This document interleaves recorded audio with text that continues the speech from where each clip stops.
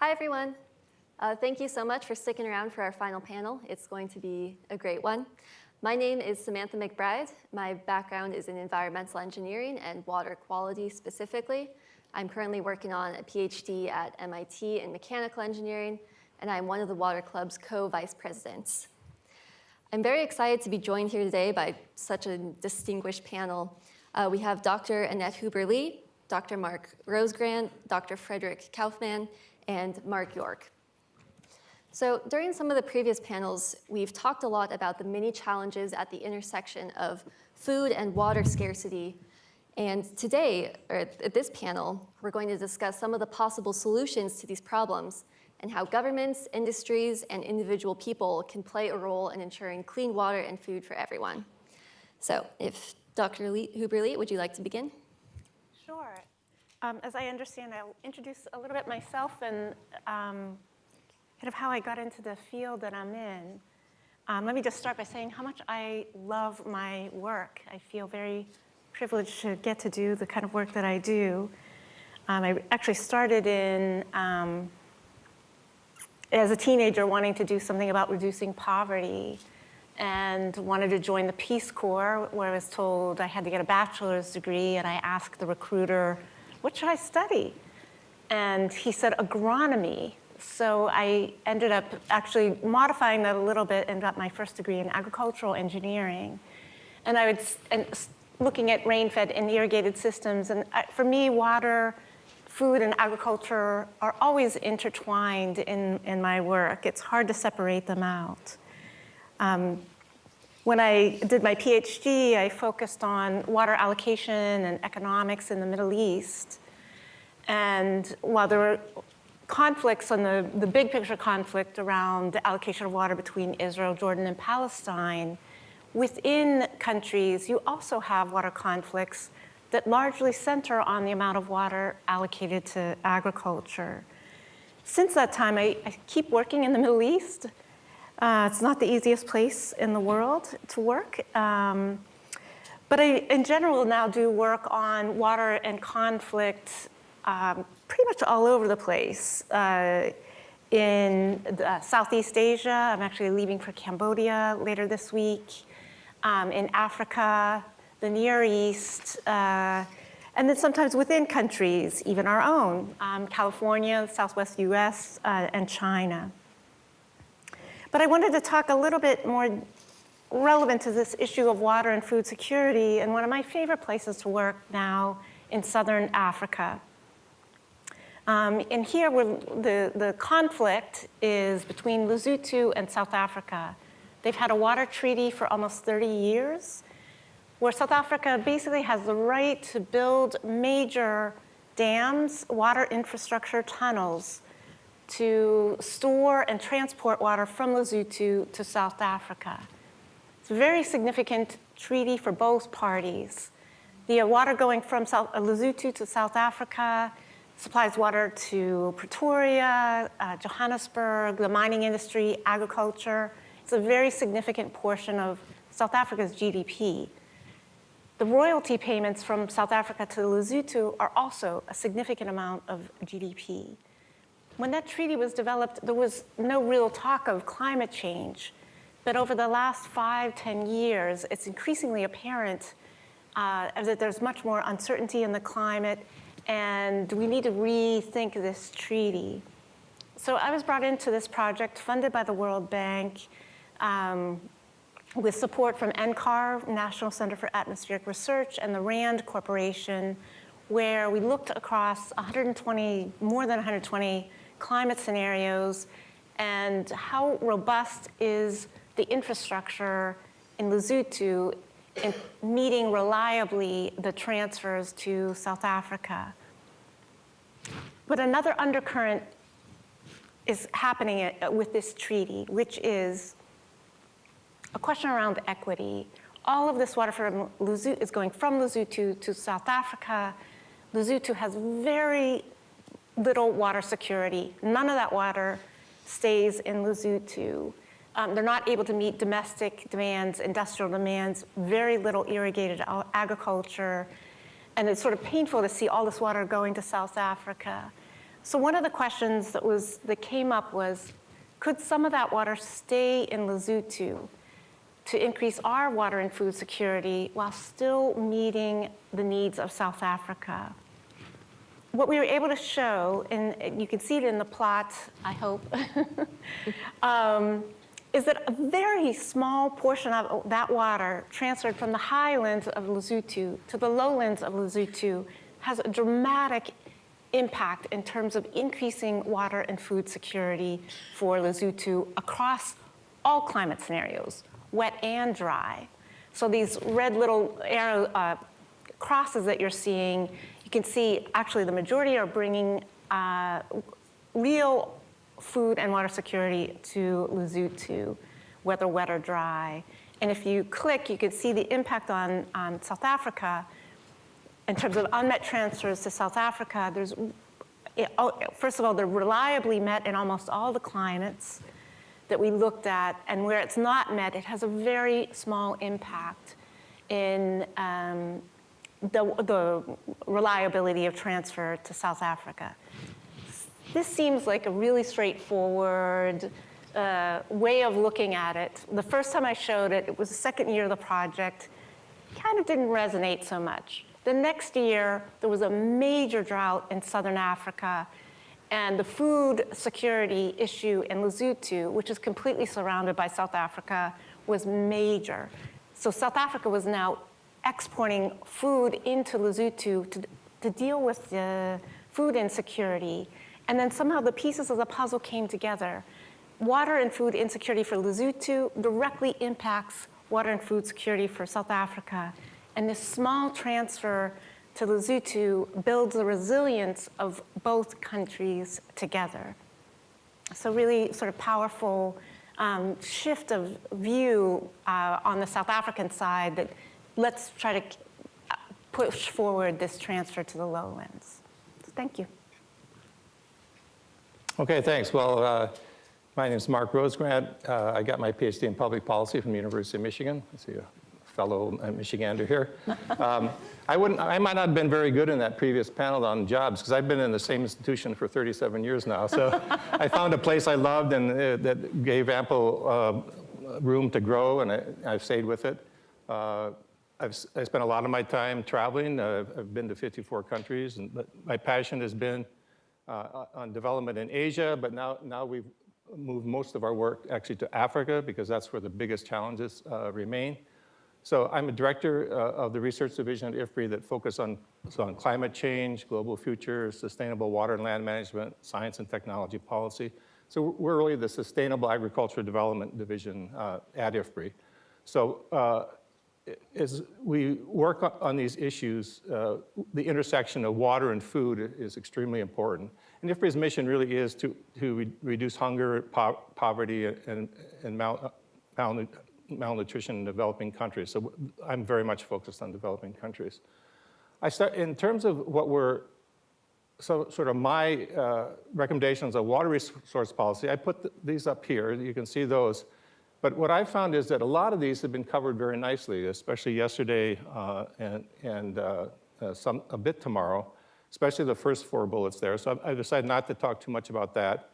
I think one thing that I haven't seen as much is taking into account not just between the linkage between water and food, but between water and energy, and among gender, water, nutrition, and health, particularly in developing countries, where gender imbalances and nutritional problems can cause major disruptions in development and the well-being of people. I'd be glad to talk more about that later. What I did want to address here briefly then is to take a step back at what sustainable agricultural policy, because I think that policy level hasn't been addressed as much. So let me just make a few points of where I think we need to go on the agriculture side of the equation. I mean, first, and this has been touched on in various places, that increased investment in agriculture research and development in developing countries is absolutely essential. That includes both the sort of continuing the investment in increasing the yields of crops, animals, and fish, but also there has to be a shift in that portfolio towards things such as water use efficiency, nitrogen use efficiency, and drought tolerance in order to address the changes that are occurring due to water scarcity and climate change. Unlike perhaps the US or Europe, increased investments in irrigation are still important in many parts of the developing world. In some cases, even large dams are still can be highly valuable. And they've become more valuable in some cases because of the increased variability in rainfall, which makes storage more important. But in addition to those kinds of large dams, which have to be very selective, more broadly, it's smaller scale irrigation pumps. So for example, movable pumps that are more flexible so that you can move them where the demands are and move them quickly as weather and variability changes. But we've identified, for example, huge areas in Africa where small scale irrigation is appropriate. Another really big ticket item is that in many developing countries, India is the prime example, but you see it all over. There's huge subsidies on fertilizer, water, and energy. Those subsidies that make those inputs cheap are really subsidies to produce more greenhouse gas emissions, to waste water, to pollute the environment, and to mess up productivity and efficiency provisions. Getting rid of those subsidies is absolutely necessary. Another big key broad area is to maintain open agricultural trade. I mean, sometimes people think, oh, trade is horrible, it's multinational corporations dominating the world. But in fact, open trade is essential for developing countries, in Africa in particular, but most countries in Asia, there's large net imports of food, and it's going to take a lot of work and a lot of improvement in domestic agriculture in those countries to move them to a point where they don't need large imports. Climate change, in our assessments, increases the dependency of developing countries in Africa on imports from other countries. So keeping that open, resisting the protectionist urge that came out during the price spikes of 2008, 2010 are also very important. Just a couple other quick points, so probably running out of time. The food loss issue that was brought up yesterday, that is important, but the numbers on food losses in the value chain are way overestimated in those FAO reports that we saw earlier. The 30 to 40% losses from farm to the table in developing countries occasionally happens with fruits and vegetables, but any careful study that's done shows that in grains, for example, it's more like 5 or 10%. So there's still gains to be made by greater efficiency in the value chain, but it's not this sort of big, almost free lunch that some people are promoting, but it's a useful part of the story. Just a couple minor points more, not minor, like final points. The promotion of healthy diets is essential. We heard a lot about in meat and fish, and it is very important because of the high water content of meat especially. But beef in particular is also a major source of greenhouse gas emissions. As much as 5 to 10% of global emissions across all sectors comes from livestock. So promotion of diets that will reduce the meat consumption in the rich countries would be very important. I think it was David this morning made a great point that in the developing world, and particularly in Africa, meat consumption is extremely important, and increasing meat consumption is very valuable for improved nutrition, including protein and micronutrient uptake. In many countries in Africa, they eat only 2 to 6 or 7 kilograms of meat per year. Doubling or tripling that would have major benefits. So there is going to still be growth in that sector. Finally, social safety nets are also going to be essential for the future. No matter how well we do on other key policy initiatives, there's always going to be poor people left behind for maybe a year or two, many for a large number of years. So putting those social safety nets in place, whether it's cash transfers, vouchers, food stamps, to protect the most vulnerable people in developing countries is going to be essential. Thank you. Thank you. Thank you, Samantha, for the invitation to present today. It's a great conference. So my name is Fred Kaufmann, and sometime during the last century, long time ago, I started writing about food, following the path that people like Michael Pollan and Marion Nestle had pioneered. And there was a great moment then of interest in food politics and food culture, and a very strong focus on the nature of what we were eating. We're kind of in the aftermath of that right now. And I wrote about food for many publications for about 10 straight years, and I got sick of it. So I talked to my editor one evening. I said, I'm done. And he said, OK, that's great, Fred. Now you got to write about no food. And I was a little bit concerned because global hunger and issues in inequity and distribution, all these are technical issues, you know, and people sitting on stage with me understand better than anybody how difficult and complex these things can become really quickly.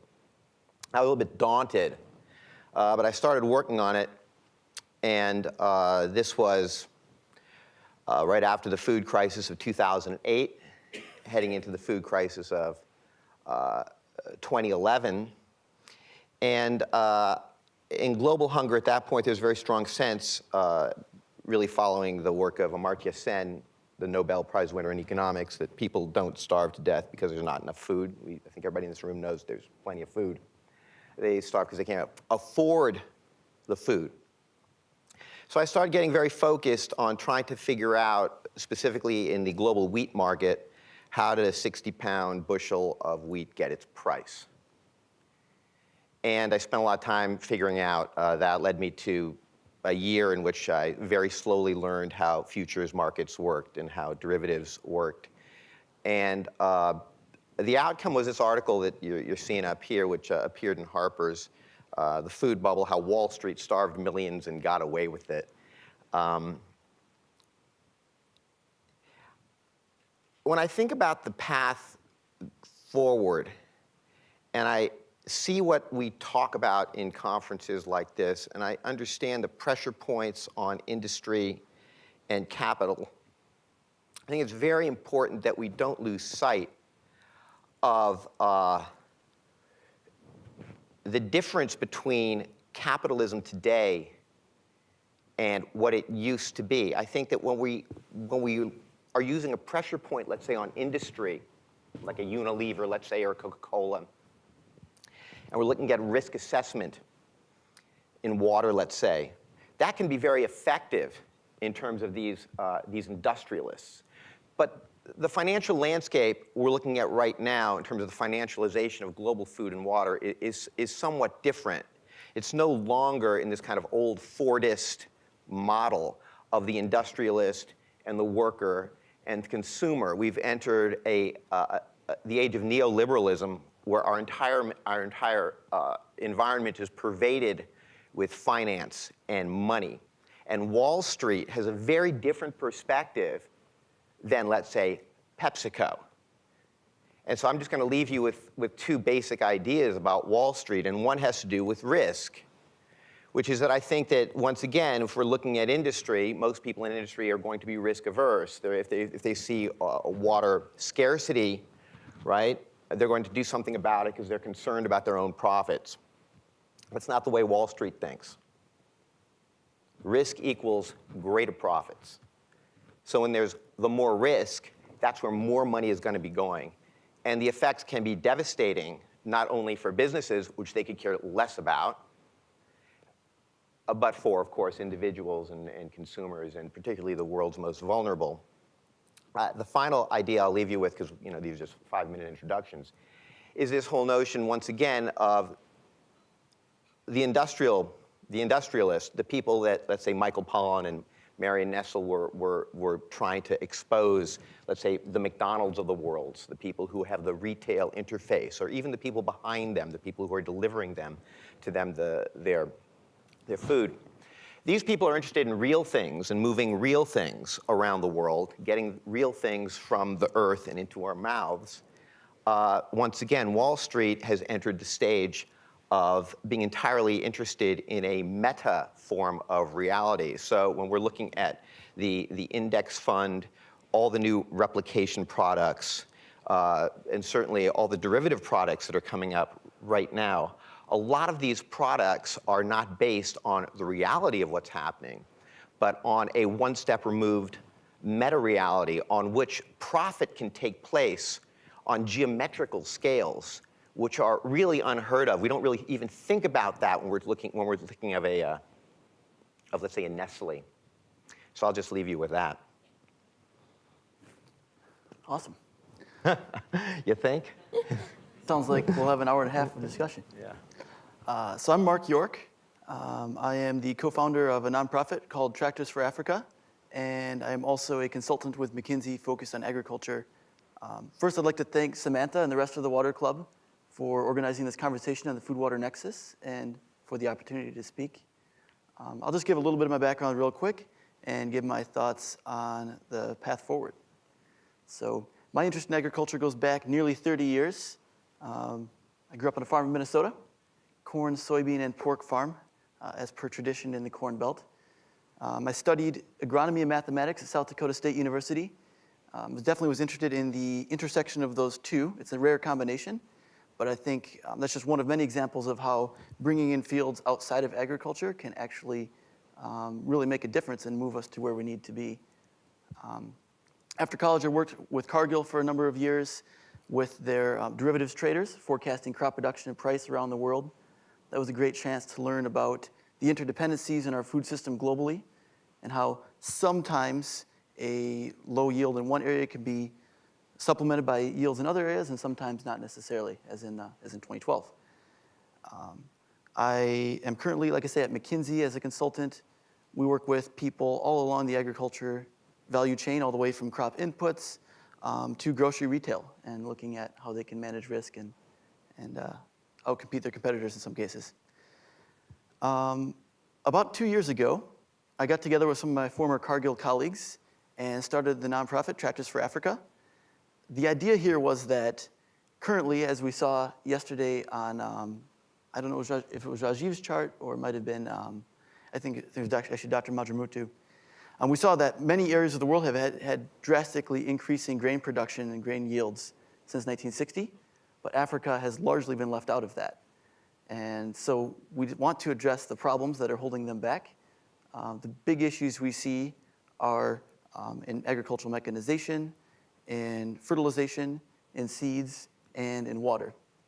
And so we've started to tackle the mechanization problem. As you can see here in the picture, it might be a bit grainy, but we have done a side-by-side trial between hand hoeing on the left-hand side and between moldboard plowing on the right-hand side. And that is a sorghum field with no fertilizer, as is usual in the villages where we work in Burkina Faso. We saw a 190% increase in sorghum yield from tillage alone. So that's impressive, but we also realize that we need to do a lot to make that increase sustainable. Because if we're going to till these fields, there's some risk that we'll lose organic matter. There's some risk that we'll leave soils bare and that there'll be erosion or that there'll be moisture loss. And there's some risk that we'll run out of nutrients. And so it's really exciting to be part of this conversation and talk about the path forward. I think we need to look at how can we feed people by producing food where it's needed, but do so in a sustainable way where we're maintaining our soils, we're maintaining organic matter, and we're managing our water resources sustainably. Great, thank you. All right, so in our previous panels, we've heard from a lot of representatives from food production industries, and they've discussed some of the modifications they've made to their business model in order to preserve water, how they're going to adapt to that. So in your guys' opinion, moving forward, what else can these industries be doing differently in order to ensure clean food or clean water and food for everyone? And is this a problem that can be solved by industries alone, or will government intervention be required? Mark York, if we want to start with you and go down. Sounds good. So I think a lot of the water sustainability issues take place on the farm, right? Are we using, in the case of irrigation, are we using drip irrigation? Are we using center pivot irrigation? Are we using conservation tillage, or are we not using conservation tillage? I think there's actually a lot of good that can be done with this movement we've seen toward sustainably sourced foods and initiatives like we've seen from, just as an example, General Mills, where they have, as an example, they're starting to produce foods, or they've invested in Kernza, as was mentioned yesterday. I think also there's some co-investment that could go on. So maybe people in California want to switch to drip irrigation. I know as a nation we're switching, or the increase of drip irrigation is over 6% per year, so we're moving there, but maybe some of these companies like Campbell's or Conagra who are sourcing tomatoes or other fruits and vegetables, maybe they could help invest and say, hey, we'll purchase or help you purchase this irrigation material if you'll pay us back bit by bit over time. And I think, like I said, there's a lot of encouraging things going on here. We saw Bill Gill earlier today from Smithfield. There's a lot of goodwill to show that people are trying to improve their systems. They care about the environment above and beyond just quarterly profits. And we're seeing a lot of improvements. I was actually pretty inspired to see that we've gone from 4 to 2.4 in terms of a feed conversion ratio for pork. I know chicken, we've seen that down now. We have some farms under 1.6. So I think it's continuing investment and working together with the farmers. Right, Dr. Kaufmann, you want to follow up on that? Or? Sure. I think everybody, who's going to argue against sustainability, right? Yeah. And sustainability, of course, has been a big issue that the large retailers, specifically Unilever and Walmart, people like this, have been on top of really for the past, really 10 years or so. They've been trying to come out, as we all know, with their own indices, their own measures, their own metrics, and then use that as a retail interface so that when we're buying a product, we can feel good about that toilet paper we just bought because it's sustainable toilet paper. I'm just not so certain. The one thing I'm concerned about is regulatory capture and market capture, which is being done in Washington, D.C. and throughout state courthouses by large industry interests. Because if you can actually define sustainability, then you've got sustainability. And nobody at this point actually has a corner on the market. Nobody can tell you what sustainability is and what sustainability isn't at this point. So once again, it's one of these terms which is really in the balance. And so I think we have to kind of withhold judgment for a while and be very concerned, as I say before, about, once again, regulatory capture. All right. Yeah, so of course, again, my perspective is the developing world where, in most cases, the private sector is far less developed in agriculture than it is here in the examples we've heard about. And the private sector can do a good work, especially together with farmer groups or farmer associations. But what I've also found essential is that in most developing countries, you still need to create the enabling environment in which the private sector can thrive. And things as basic as building roads and dams and farm-to-market roads so farmers can get their produce out to markets and buy inputs at a reasonable price. African farmers pay 4 times as much for fertilizer as European farmers do. It's partly market failure, but it's partly also just the roads are so bad that you can't get the fertilizer out there. One of the big successes where private sector and farm co-ops did a great job was in India in developing the dairy industry. But even there, it was government guarantees for investment, cold chain development, and market distribution centers that help pave the way for that. So we do have to keep maintaining this kind of government support for the enabling environment to allow the private sector to thrive in the developing world. Yeah, I'd really echo Mark. My experience also tends to be more in the developing world. I think there's a definite need for regulation and a recognition of power dynamics as well, that these many small farmers who, without some cooperative or some collaborative engagement, are quite vulnerable in these systems. And as a result, I think the food security in general in these areas are quite poor.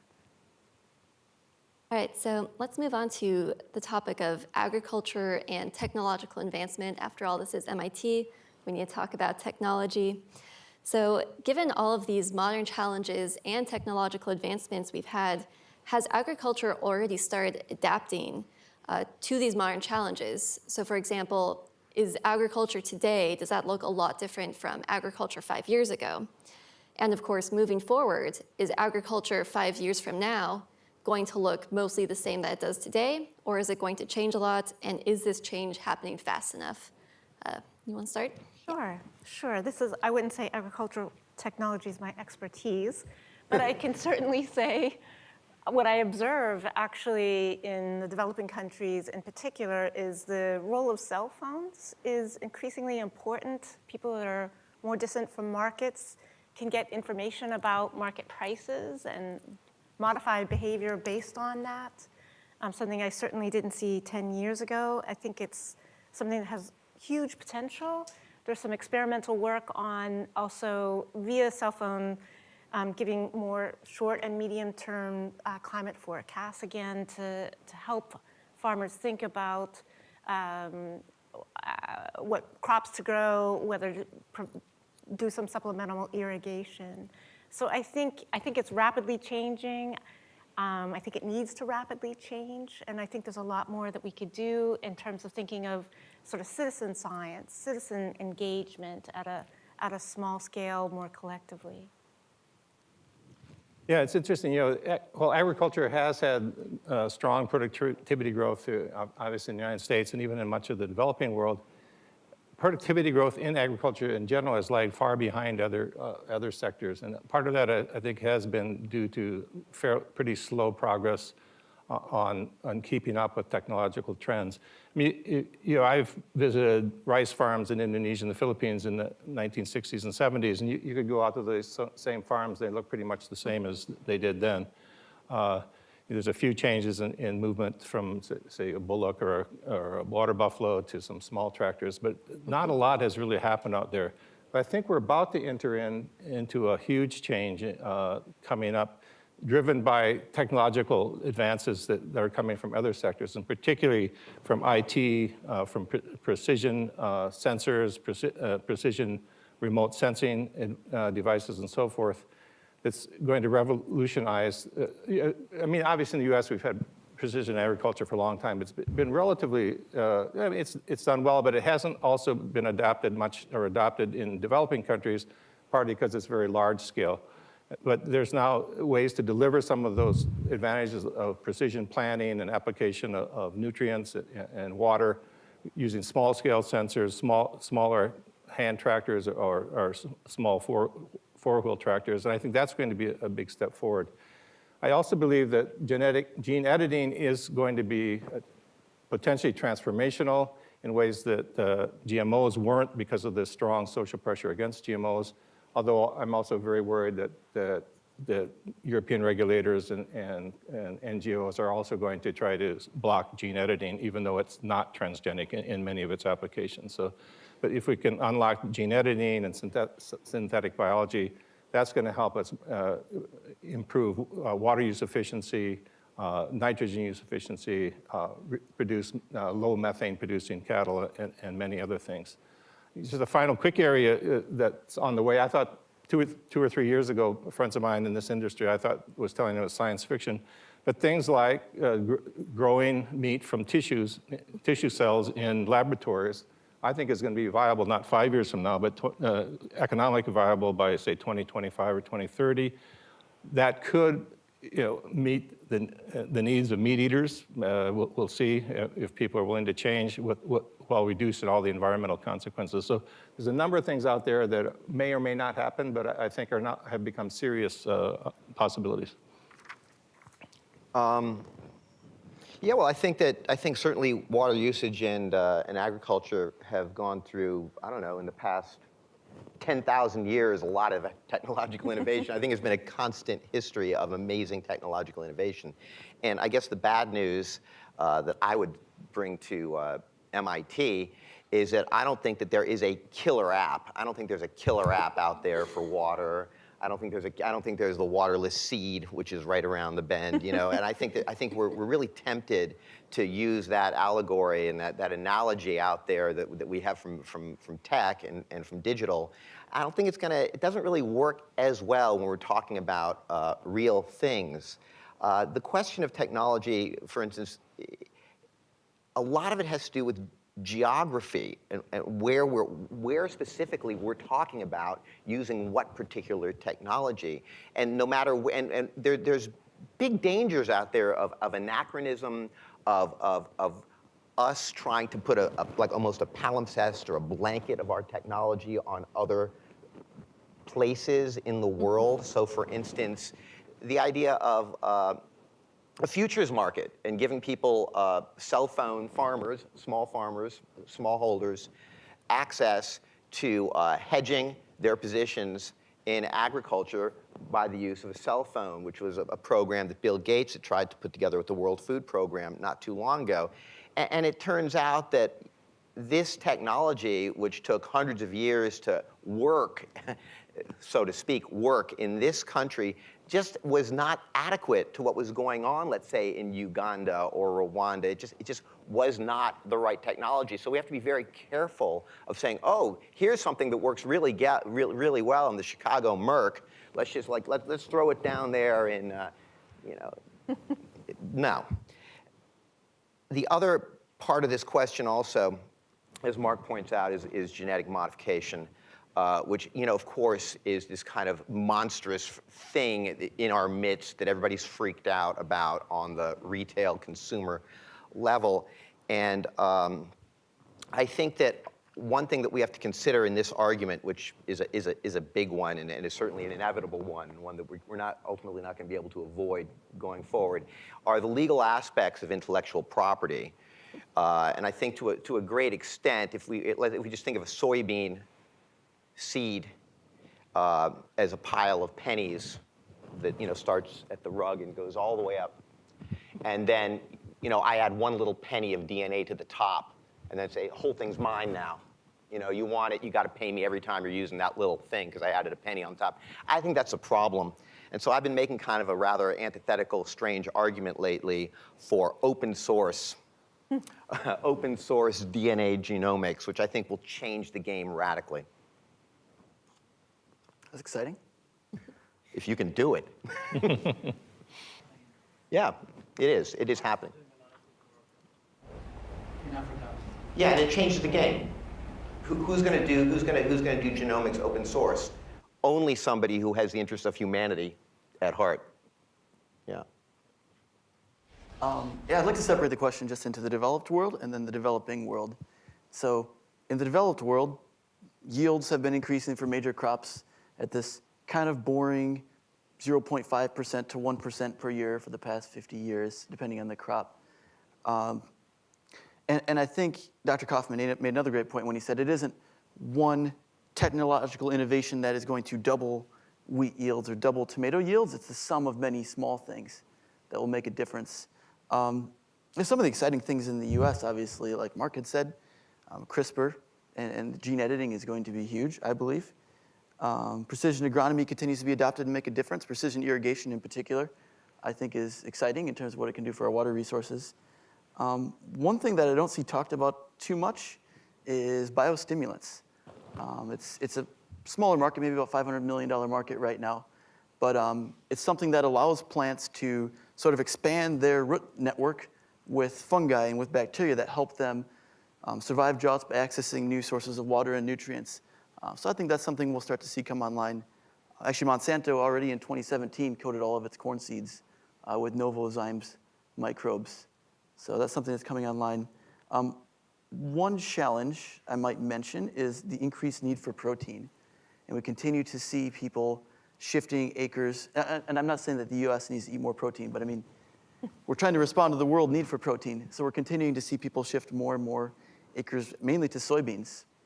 And a lot of that is for export to China. And I think it'll be interesting to see as time goes on and as our world protein consumption per capita increases, how are we going to meet that? Because we have increasing middle class around the world and we have increasing population at the same time.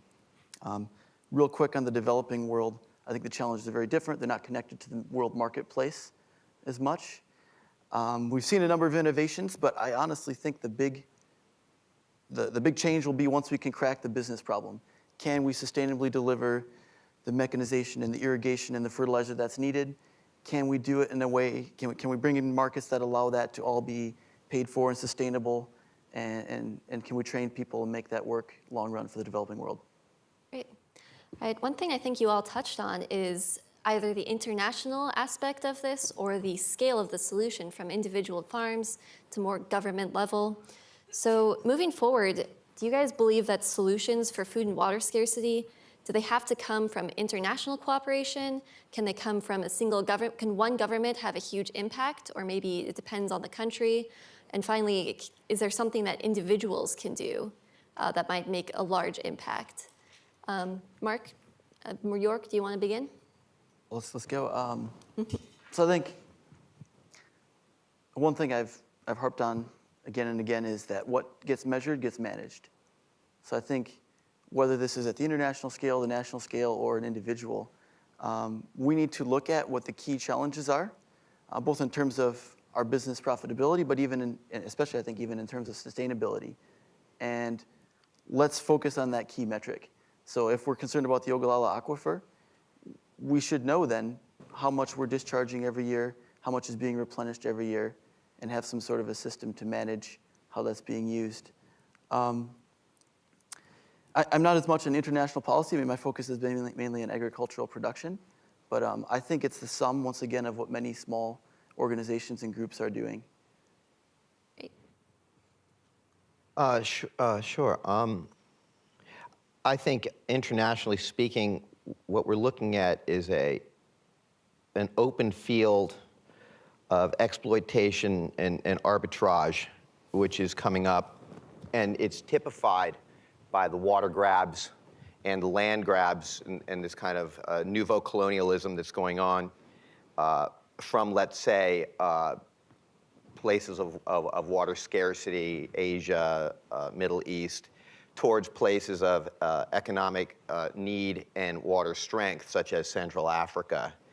And so I think that once again, money is at the basis of this. People need their Forex. People need their dollars in Central Africa so that their economy is going to work. So they're going to allow their water resources to be exploited.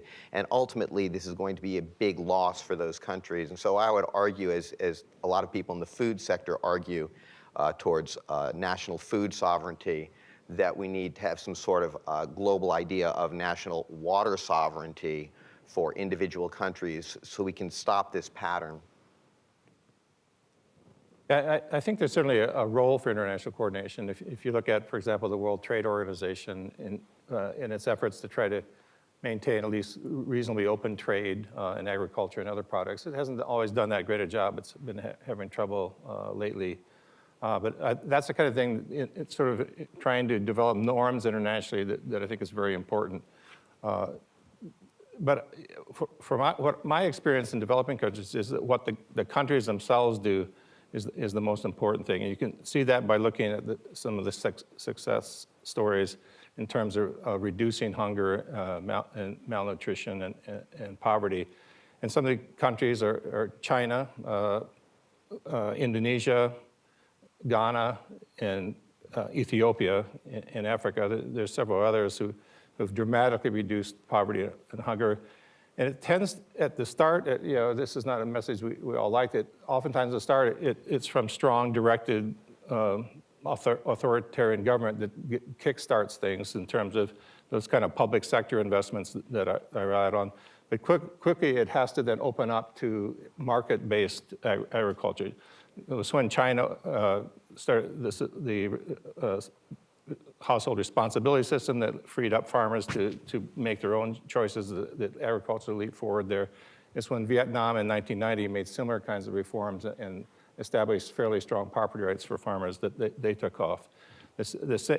Ethiopia is sort of in that transition now where if they keep the sort of authoritarian approach, they're risking losing all their gains, because that approach has also exacerbated ethnic tensions and conflicts. So they now are in that position. They have to start letting go and letting the market happen if they're going to continue to grow. Yeah, can I just respond to you, Mark, for a second? Yeah. Yeah, which is that, I hear what you're saying, but by the same token, I hear in what you're saying is this kind of reliance on something you're calling the market. And I don't know what that is. I think that's a fiction. I think that this is just something that people are kind of, oh, it's a free market, let it be. And I think that's the root of a lot of these problems, is that really when we say free market, what we're doing is we're opening up the playing field to exploitation by those in power, by the authoritarian regimes. It's no coincidence that, gee, that market economy happens under those authoritarian regimes.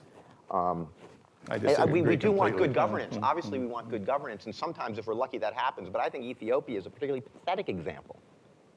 As I said, they're going to lose it if they don't open up. Yeah. And so there's where the market is important, even though you deny that the market even No, exists. I didn't say So it's important. I say we can't make a god out of it. I didn't make a god out. I said transition, fundamental property rights, fundamental enforcement of transaction law, allowance of farmers to take their own food to market, not have to send it to the government to pay. The thing I worry about with an authoritarian regime ultimately is, and here's something which is not ever really part of this conversation, very rarely in food, which is free press, which is that when you have an authoritarian regime, the first thing you do is you cut down on the free press. And what the free press is maybe the best anti-hunger device out there, because no leader of an authoritarian regime wants to see starving children on the front pages of their newspaper, right? And so I just think it's a very dangerous game to be playing. That's not the game I'm playing, but fine. No, I take no, your point. I'm So, not, yeah, I'm not attacking you personally. I'm just saying it's the ideas. Great. Yep. Let's move on to Annette. Yes. Yeah. Okay. Well, I think it's a combination, honestly, of international cooperation and the example I gave in the opening. It clearly has a role to play. And I think at national government scale, good regulation, good governance is absolutely essential for water and food security. But I also think there's something we can do as individuals. I mean, Mark had mentioned in his opening, good diets can make a difference. I think this issue of waste of food, while maybe not 30–40%, is real. And just something really interesting I happened to hear in the last couple of months, there's a project in Pittsburgh called Food Rescue, where it's basically kind of like a dating app for people who have too much food, restaurants, caterers, who say, I have an extra tray of this, or we have this leftover food. And food pantries, soup kitchens can say, I can take it. And then she has something like 500 volunteer drivers who will pick up the food and deliver it. So I think there's a lot of clever things that we can do as individuals, that we shouldn't always be looking to our government or international cooperation. I think it's really a collective project. Great answer.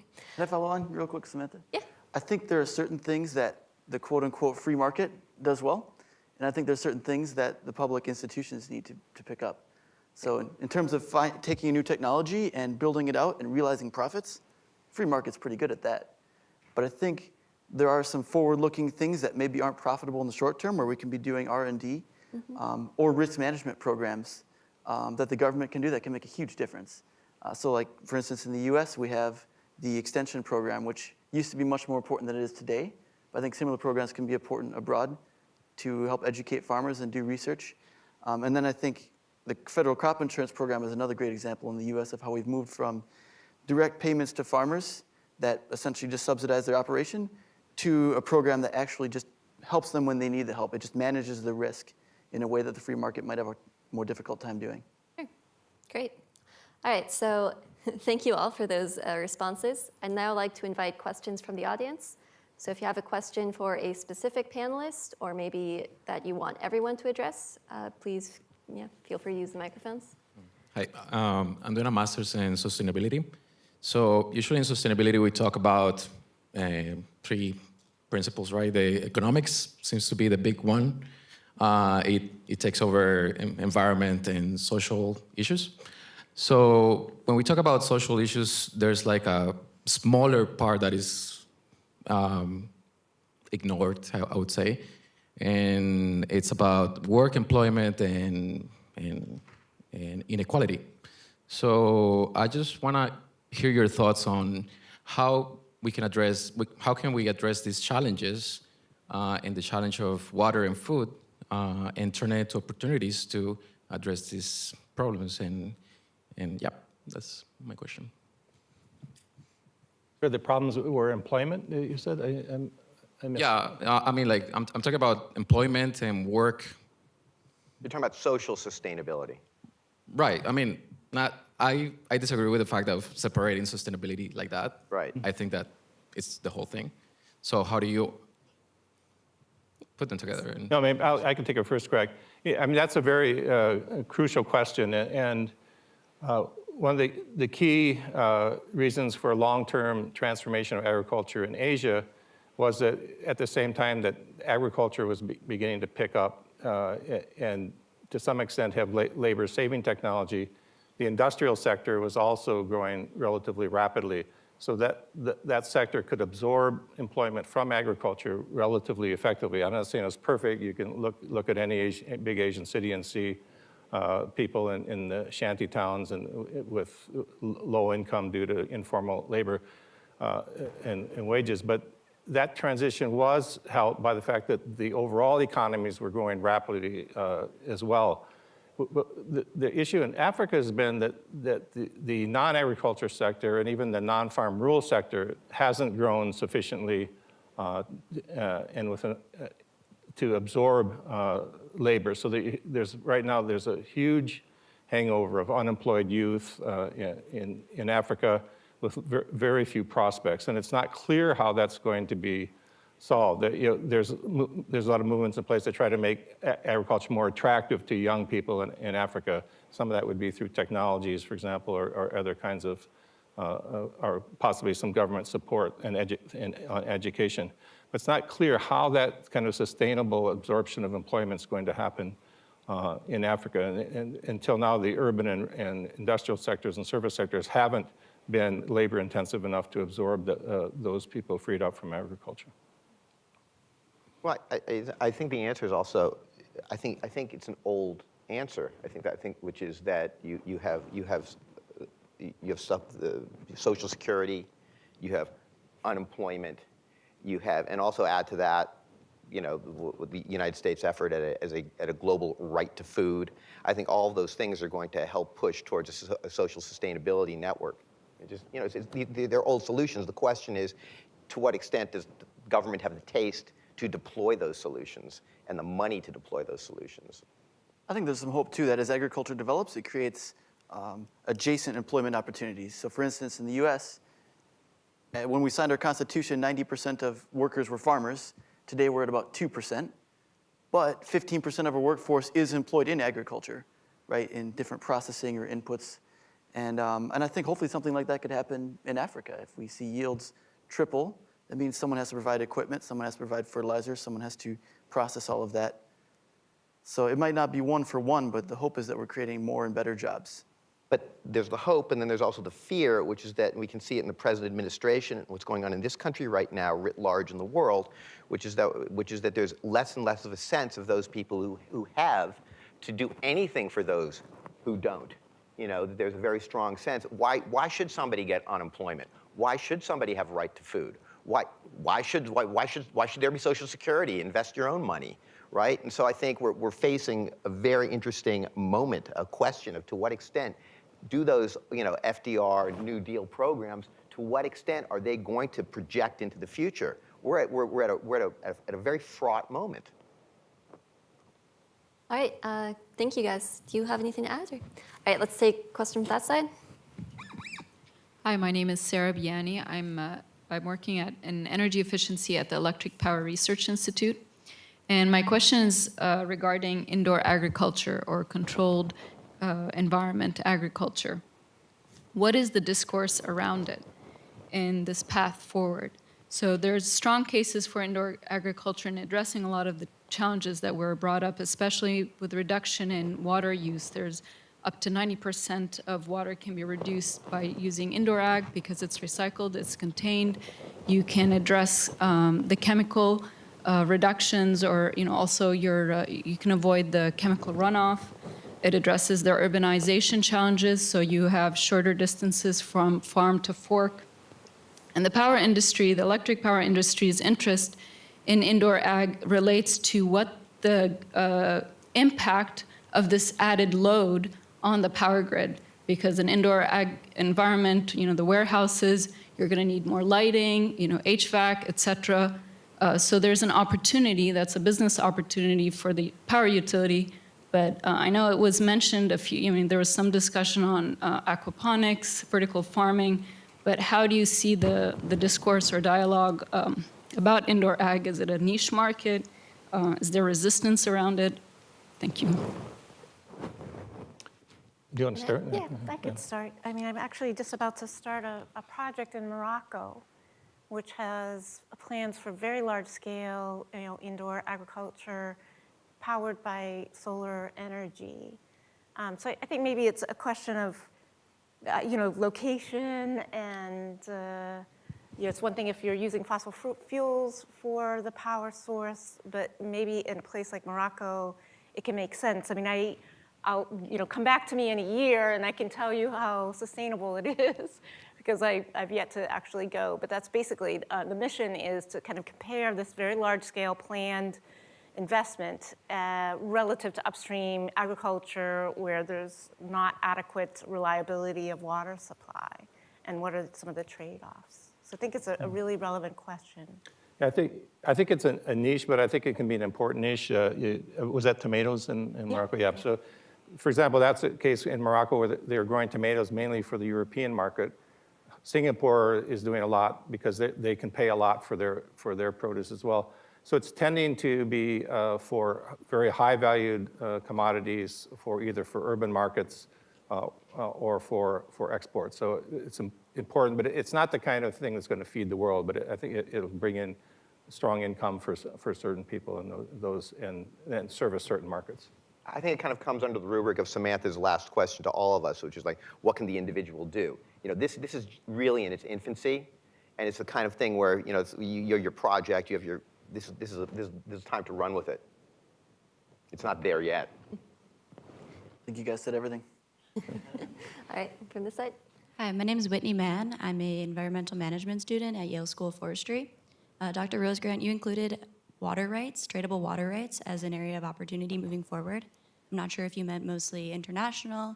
I know that within the US, or my understanding is that water rights are not clearly defined and lack harmonization. So I'm wondering how all of you see that developing into the future, and how can that happen in a way that doesn't exclude access? Yeah, that's a tough question. We had some great discussions yesterday from people working in this area, but I feel that that's an essential way to move forward. In the developing world, even worse than here, water rights are very vague or non-existent. In certain areas, there may be a traditional right that you get a certain number of hours of water from the irrigation system, but it's not codified. So it's very easy for, if urban areas near agriculture need water and are growing rapidly, the government will just essentially take the water away without compensating farmers. So the first step is just going to be to define a truly secure right that farmers then can demand any compensation for any loss of that. The next step then is to make those rights tradable, and there's a lot of opposition to that. The professional irrigation bureaucracies, make money from the existing top-down distribution. From the higher level in the system to the ditch tenders and the last area, they get payoffs from farmers to do it. So farmers are paying, but it's not a way to make it more efficient. It sort of just adds to the confusion and inefficiency. So if we could move to a cleaner set of water rights together with developing tradability, that will go a long way to establish the incentives. And, we talked a lot about technology, but none of these fancy irrigation technologies are going to be adopted if you're getting water just on free flow from the systems as well. So you really need to have the economic incentives that some kind of market-based approach helps develop. Yeah, I mean, this is an area of extraordinary disagreement. And just think about the whole issue surrounding carbon trading right now and the way that's been exploited. I just think that, it's a great idea. It's rife for exploitation. We have to remember that we live in a moment which is no longer defined by the idea of hedging. There was a very long moment we're talking about in American history and global history and food where you're going to regulate the price of food, you're going to stabilize the price of food through your hedge, right? That's kind of no longer the basic approach from the people in the derivatives market who are now looking at the world through the lens, not of hedging, but through pure speculation.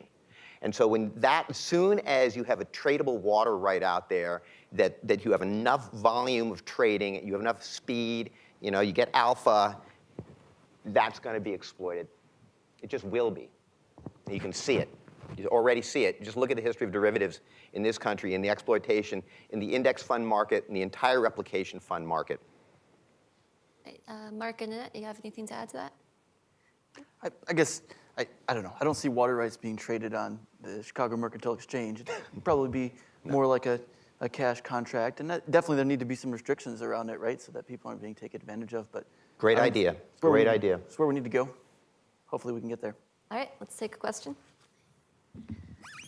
Great. My name is Tim Adams. I'm a master's engineering student here in the environmental engineering department. And this is mainly a question for Dr. Rosegrant. You had mentioned that there are huge water subsidies and energy subsidies in India, and that in particular, and that those are subsidies on greenhouse gas emissions and other negative effects. And you said those need to be removed.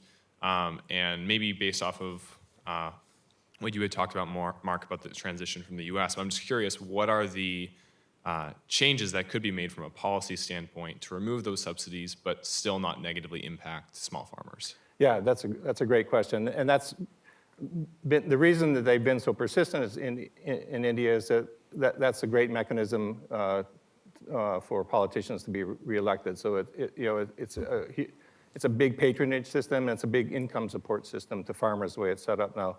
I think this is an area where technology may be helpful, that if we continue to extend the kind of cell phone-based banking that's been pretty effective so far. Obviously it's subject to the same kind of hacking that anything is, but it's been pretty solid so far. And what you have to do is replace those subsidies with direct income support, so that the equivalent amount that the farmer may gain from the lower price or having his fertilizer price or her fertilizer price raised would be provided as an income support. So there'd obviously be a tricky transition, a difficult area. The other case is that a lot of these subsidies are captured by the industry, not by the farmer. So the fertilizer industry in India ends up getting a large share of the profits of those subsidies and doesn't always pass them along. So that could help in the transition, that if you squeeze it out of the fertilizer companies as well rather than farmers. But the basic thing is to replace the subsidies with direct income support. Right. Dr. Shadramirchu? Yeah, my question is really with respect to the big shifts we're seeing in demographics, and particularly people who are moving from the rural areas into the urban areas. And we haven't had much discussion about that. That's changing the whole pattern of where food is being produced, who's producing the food, and also access to food by rural poor who end up moving into the cities. And we use these very broad terms about developed and developing countries, but if you were to really look at this demographic, we should probably break it up also in terms of low-income and middle-income countries as well. And I'm wondering whether Mark and other members of the panel would want to comment on this. Thank you. Yeah, so I think this brings up a good point. I think markets will become more important as less people are producing food. So right now in most of sub-Saharan Africa, 80 to 85% of people are actually farming. But as we move to a place where 50 or 20% of people are farming, then they will be vulnerable to the production that other people are making and to what the price of that production is. I would hope that we will start to see these sectors develop and that people will be investing in building that production in the markets as we go. And I found it amazing too, when I was in Burkina Faso for the first time, I asked around for corn prices and I found actually some price data from the government, and it was 2 to 3 times the price of corn in the US, even though these people were making $3 a day. So that's the problem we need to solve. Hopefully we can. Yeah, I think it's a problem of distribution systems. I mean, that's not the problem. That's the solution. Is better communication between rural and urban areas. You're absolutely right. We're looking at the demographics are ineluctably towards the global slum. That's everybody's leaving. They're going to the city. They get there. They're in the classic food desert, where the only thing they can eat is the classic food from nowhere, Right, exactly. And so what's the solution to this? Well, we can see it. We see a little bit of the solution maybe in an advanced state in American cities where we have green markets, where we have, where we have distribution systems which are very complicated as opposed to, that kind of single sector. I think the people who are actually most aware of the dangers of a food and water system like this are actually the military and the CIA, because they understand that when you have systems of distribution which are single line as opposed to complex systems, they can be disrupted much more easily. So it's a problem not only on the demographic side but in terms of actually global security. And like I say, the military is very aware of it. There's a parallel demographic development that also is that this transition to cities and growth in income is generating demand for higher quality food and more diversified food. So you have what you all were talking about.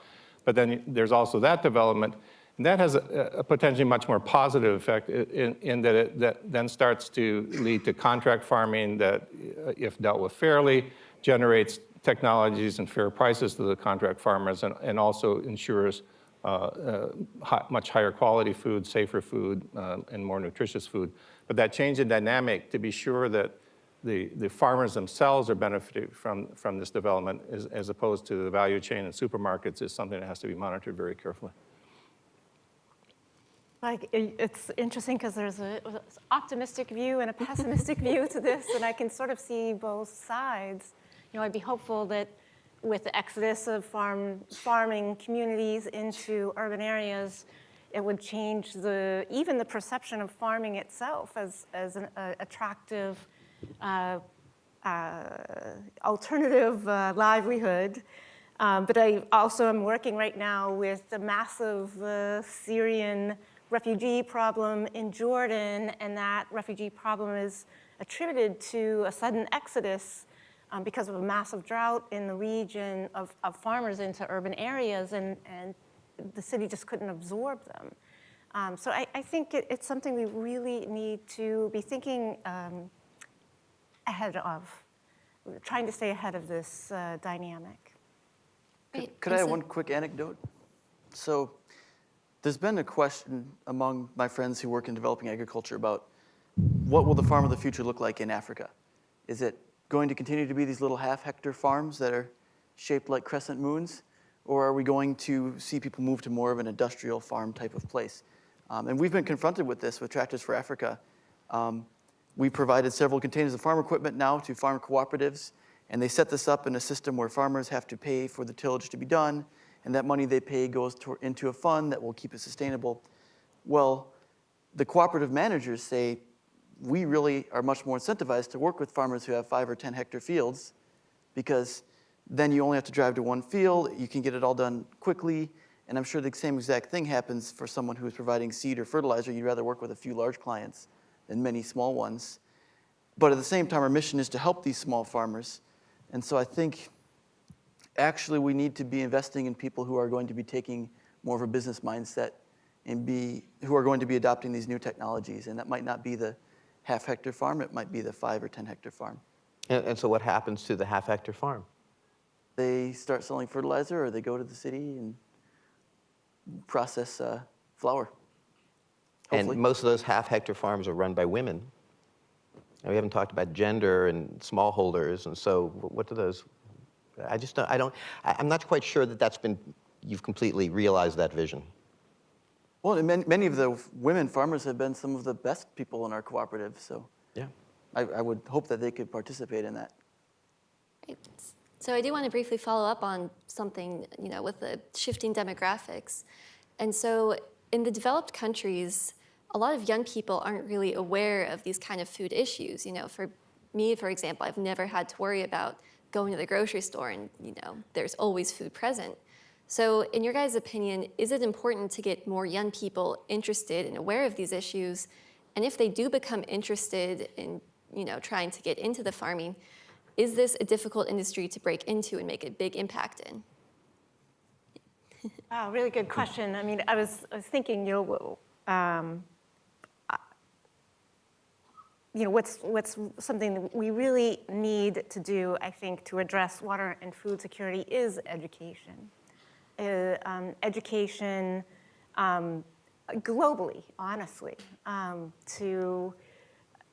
so interesting, the almost universal, let's say, among people in the agricultural sector. Even one anecdote I could share from my own career, I started out by saying I studied agricultural engineering at Cornell University, and as I was graduating and thinking about going on for a master's degree, my own advisor told me to get a degree in civil engineering because it would have more prestige than a degree in ag engineering.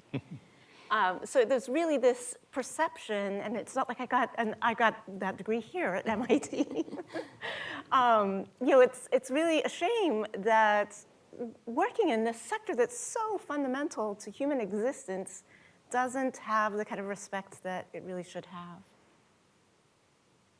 Yeah, I think it's important, and that, I mean, there's sort of a nice sort of feel-good thing about getting people to understand, about farming and so forth. But there's also the idea of getting high-level people involved in the industry and in technology and so forth. I've been struck by talking to people here, at these students here especially, that 20 years ago, if you asked a student, oh, so what's your next step? Well, I'm going to go on to get my PhD, or I'm going to look for an academic job or something. In several cases here, yeah, I've already I've begun my startup with some colleagues. We're going to bring new technologies to farming. We're going to use distributed sensors to develop an understanding of soil quality and so forth. Another person's doing a startup to try to develop an entire value chain that would bring nutritious food from Uganda to South Sudan, where the civil war and distress has ruined the agriculture sector. So the incredible things that people here are doing, I think the students here and the people in this club and beyond sort of epitomize how you can do interesting things in this whole water and food sector and help the sector as well. Yeah, I think if we ever talk about how do you get people involved, right? And I think that in terms of global movements, that are bringing people to them, people who want to do good, people who want, right? I think probably the number one global movement right now, across the world is probably feminism. And then after that comes climate activism. And the food movement, this idea of bringing people towards food, is kind of way down on that list. And I've been doing these panels for a long time, and ultimately there are a few people who are interested in farming, and you have a magazine like American Farmer, and people are trying to make that happen. But I would agree with you, Mark. It's kind of a hard sell in many ways, and in an odd way, the thing that's doing the most for it I hate to say it, is stuff like celebrity chef culture, and this kind of very high-end artisanal food now moving into the fast casual market. So you have like a Shake Shack type thing where it's like, oh, I'm getting my grass-fed XY, I'm getting my grass-fed shake, which all of a sudden makes people start thinking about these issues. But yeah, it's a tough one. I would say food is cheap. We spend 6% of our disposable income on food in the US, which is the lowest that we've ever had in any country in the history of the world. Most of the developing world is 40 to 60%. So it's a much bigger concern. Also, like we said earlier, less than 2% of Americans are farmers. So many people are removed from it. I think it's actually kind of exciting, though, that we're seeing this movement of people that are excited about agriculture and want to learn more about it. But that movement is almost sort of separate from these native farmers who have grown up in agriculture their whole lives, and I think that's where we see some sort of disconnect or misunderstanding there. One thing I think that could be pretty exciting would be to start a program sort of like the University of Minnesota has with New Zealand. There are farmers, I think it's 50 or so people who come from New Zealand every year that will stay with a farmer in Minnesota for a year. And they'll work on the farm, and they'll learn about all the technologies and things we use in Minnesota. And I think that'd be kind of neat if you could have some young people from cities that would go experience it, and then they could kind of be ambassadors. Yeah, great. Those are great answers. All right, so we're going to wrap up. Oh, we have one more question. question? Yeah. All right. I have a quick comment on actually what you asked them. So I think there are a couple things that could be done right now for younger people to become more involved in farming. So when you think of farming, it's not usually this glamorous lifestyle. However, with technology, it is getting glamorous, but you're not really, you're not making that well known. So like hydroponics, I'm sure a ton of people are interested in that and think that's cool. And also there was this whole hippie phase we had recently where everyone wants to eat vegan and grow their own food. So those are opportunities that you can really advertise farming and get people interested and go for it. I think there's a big gap between what people are feeling and hearing and eating and what you're promoting in education with farming. Yeah. All right. Great. So we're going to wrap up with one final question. So briefly, what do you believe is the single most important step that can be taken to ensure food and clean water for everyone over the next 10 years? Right. That's easy. Well, do you want to start then? Yeah, I have a very simple. I thought a lot about. We were given this question before. I'll secret here. Look, I think that the one thing that we have to keep in mind, if there's one thing we have to keep in mind, it's that it sounds almost stupid, is that food is real, right? And I think that we have to, and this is kind of a basis of a big disagreement that's going on globally in terms of how money enters the system and how finance enters the system, is that money actually is not real. It's not real. It's a fiction we've created. It's a very effective fiction. It's one we all participate in, but it's not real. And so when you start financializing food, you're making food into something that it's not, which is a meta-type unit, and you're bringing it into a meta level of existence. And so that would be the one thing I would say, is that we have to constantly remember and remind ourselves that we are not talking about money here, actually, and that we have to think about global rights to food, what people actually need to put in their stomach. You can't eat $1. Okay. Mark York? Yeah, I think the one most important thing is investment. I don't think that people in the developed world are going to be running out of food or clean water in general. There are certainly cases. But it's a developing world, and I think well-placed investments are what's needed to make the system that will feed and give everyone water. I'd say go to Africa. I mean, Africa is where the challenges are in the next 10 to 30 years. Several people have pointed out that rapid population growth there. It's about 3/4 of additional people on Earth between now and 2050 are going to be in Africa. It's by far the most rapidly growing. Mark has pointed out that yields are 1/3 to 1/5 of what they are in developed world, or even in more effectively agriculture in developing worlds. A huge revolution could be had there, but it's going to take a concerted effort, not just in agriculture, but all the sectors, the investment that Mark pointed out, the rural infrastructure, improvement in governance, in getting technologies and fertilizers to farmers.